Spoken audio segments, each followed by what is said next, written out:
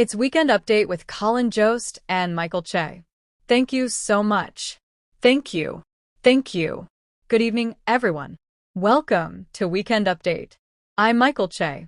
I'm Colin Jost. It's good to start the newscast with some good news. For once, there is peace in the Middle East. The only downside is that there's war in Chicago. Only Trump could pull off a Freaky Friday with Chicago and Gaza. And I know Trump is upset about not winning the Nobel Peace Prize. But the last guy to send heavily armed men into an American city was Batman's Bane, who was also rejected for the Peace Prize. And Trump deserves credit, I must say, for negotiating the ceasefire in Gaza. But I'm a bit skeptical, since Biden also negotiated a ceasefire in Gaza 9 months ago. Remember that? No. Well, neither does Biden. The Nobel Peace Prize was awarded this week to Venezuelan opposition leader Maria Corina Machado. Or, as Fox News reported, Trump robbed by a deranged Hispanic woman. Many Middle Eastern leaders credit President Trump with brokering a ceasefire between Israel and Hamas.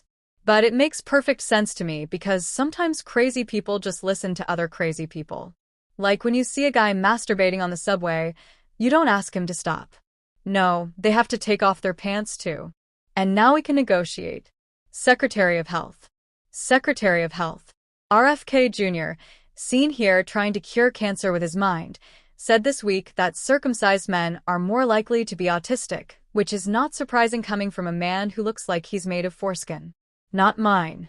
President Trump has reportedly become concerned about Congresswoman Marjorie Taylor Greene's criticism of Republicans on key issues, and Trump asks, "What about Marjorie?" A piece of advice, brother.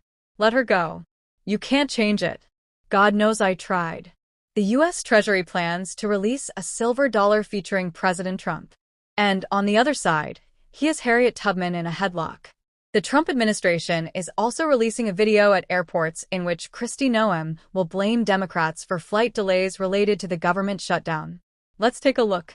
I want to play a game. It is memorable. President Trump issued a proclamation ending Indigenous Peoples Day and calling Christopher Columbus the original American hero.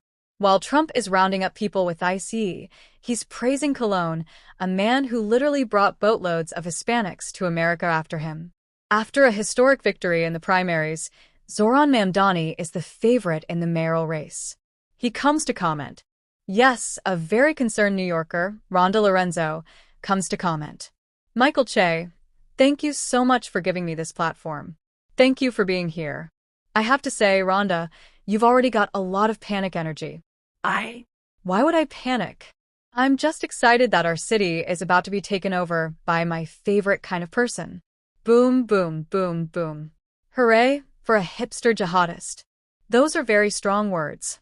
Well, Che, he's not even a real New Yorker. Hey. He is from Uganda. Well, I'm a real New Yorker. Hey, I'm from Long Island. Hey, Long Island isn't in New York City. You can't even vote in this election. Oh, really?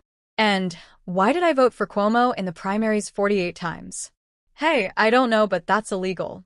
It should be illegal. Hey. All my socialist policies. Free buses. Frozen rent. Universal childcare. I read that Mamdani himself said he is going to enact Sharia law in the city. Sharia law? You can't do that, Che. I know Sharia. She's my nail technician. And her. And she shouldn't be a law. Coffee, Che? No. And where do you read these things? In the New York Times, Che. On their website. In a comment on a halloumi salad recipe. That Sharia law thing isn't true, Rhonda. You know it. Well, I'll tell you what's true. Hey, Mamdani is a spoiled millennial from Uganda trained by ISIS. This has to be a joke. Hey. Hello, Che. Would Colin make that joke for me in exchange for a pair of my underwear? Coffee, Che? No, coffee. The coffee smells strongly of gin. Rhonda, where do you get all this information? Zoran told me, Che. He told me this to my face in a sexual fantasy I had with him. She had a sexual dream about him. And I wrote it like a script. We opened in Tehran. We hear the Muslim call to prayer. And from a cloud of hookah smoke, the Bolshevik ticking, Zoran. She drops her towel, revealing her large bust. And tonight I'm writing it for free for Che. Rhonda, I think I'm confused. It has a lot of gin. I guess I'm confused why he cares. He doesn't even live in New York. Just because I can't afford it. Nobody can. Listen, Che, whether you like it or not, the Islanders make New York what it is, right? Without us, who would be taking calls on speakerphone during The Lion King? Good. Without us, where would the most violent police officers live? In Staten Island. Okay, Rhonda. I think some of what he says is very Islamophobic, like all Islamophobes. Hey. How dare you? How dare you, Che? It isn't. I'm not Islamophobic, okay? I'm just afraid of all Muslims. That's what Islamophobic means. So that's what I am. Yes. Very good. Rhonda. Lorenzo, everyone. He thinks he's lucky. Luck? Hey. Former Jets quarterback Mark Sanchez has been accused of drunkenly assaulting a delivery driver before the driver stabbed him. Penalties compensate for early opportunities. If convicted, Sanchez could go to prison or, worse, return to the Jets. OpenAI has updated its video-generating app to allow users to create cameos of themselves in videos, and they're very realistic. I made this one before the show. They stink. I'm so excited that it's there. A growing number of Gen Z men are moving in with their parents, taking on household chores and calling themselves trad sons, replacing the old name. Arby's announced it will add a new item to its menu, beef nuggets. Although you can make your own beef nuggets by eating a lot of Arby's. A cheerleading coach was arrested on charges of having sex with a student. The coach said, "Give me a D." According to experts, October is the most common month for singles to have relationships, known as dating season. Here to discuss are Grant and Alyssa, the couple who can't believe they're together. What's up? What's up? What's up, Colin? It's great to be back. It's cuffing season, and I love it. I'm handcuffed as tight as I can get. And let's say when the officer looks like that, you don't resist arrest. It's great to see you, as always. Do you like autumn? My baby loves autumn. He always talks about how much he loves autumn. Tell her, baby, don't you love autumn? Yes. Yes, he's not lying. My baby is so smart. He doesn't even call it autumn. Tell him what you call him, baby. Autumn. That? What does it mean? Is that it, guys? I call it the moment when trees lose their hair. But my baby is very funny. It's hilarious. The other day we were picking apples, and my baby said something really funny. Tell him what you said, honey. Tell him what you said at the Apple store. Dear. I said please calm down. Dear. It's very funny. Call him. Yes. And we both love Halloween, but for different reasons. I am fascinated by its pagan origins. Yes, and I like to see children dressed as Spider-Man. So I can watch my favorite superhero. Well, he would have looked like him when he was little. Wow, what nonsense. Yeah? Are you going to make costumes this year? I'm going to go as Sylvia Plath, because it's the only day of the year you can dress like a damn baby. And I'll be what I am every year. Mike Wazowski. We also like to carve pumpkins together. Colin. Oh. I want to see. I made this as an ode to Edgar Allan Poe's The Raven. Oh, wow. Look at this. Look at that. Look at that. Look at my baby. Look how talented my baby is. Yes. And I made this one. I think I made the nose too big. But my favorite part of Halloween is at night. Colin. Oh, right. When they go trick-or-treating, almost. Tell them, honey. When, after a long day of festive fun, I take him into the bedroom, light my candle, and put him in his lantern. Oh. Alyssa and Grant, everyone. Damn, baby. I didn't see it coming. Laszlo Krasnohorkai received the Nobel Prize in Literature for his compelling and visionary work, which, amidst apocalyptic terror, reaffirms the power of art. The title of his book, You Have to Wash Your Butt.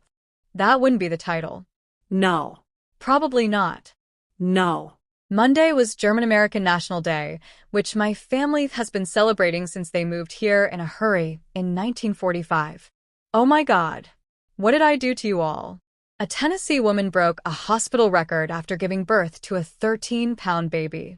He's the first baby to come out saying, "Oh, yeah." Good. Wow, wow, wow, wow, wow. That? No. No, no. Hi. Stop. I've been here. Out here all night. You don't have to encourage me. But what are you doing here?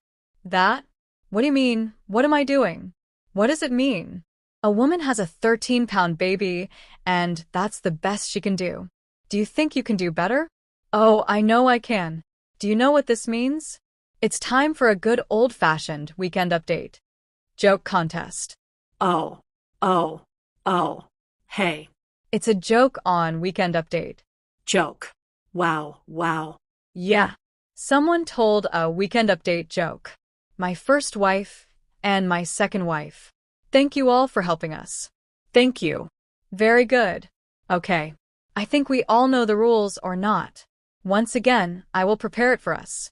A Tennessee woman broke a hospital record after giving birth to a 13-pound baby. And that's it. A woman gave birth to a 13-pound baby who is so big he slapped the doctor. A woman gave birth to a 5.9-kilo baby. And the new baby's name is Buzz. A woman gave birth to a 5.9-kilo baby. Curse. Did she give birth to him, or did it go wrong? This is a fun fact. As soon as the baby came out, the woman ran around the room like a deflated balloon. A woman in Tennessee gave birth to a 13-pound baby because she's from Tennessee. And the baby was pregnant too. Horn. A woman gave birth to a 5.9-kilo baby. The baby's nickname is Wizard because he basically sawed his mother in half. A Tennessee woman broke a hospital record after giving birth to a 13-pound baby, then broke her husband's penis to make sure it wouldn't happen again. A woman in Tennessee gave birth to a 13-pound baby. The doctor said it's a boy. Quack, quack, quack, quack. A Tennessee woman broke a hospital record after giving birth to a 13-pound baby. The record was for Lucy's vagina, and I previously held it. Oh. That? They won. Yes. We won. Yeah. This is it. A Weekend Update joke for Weekend Update. I'm Colin Jost. Good night. Good night. Hello. I returned.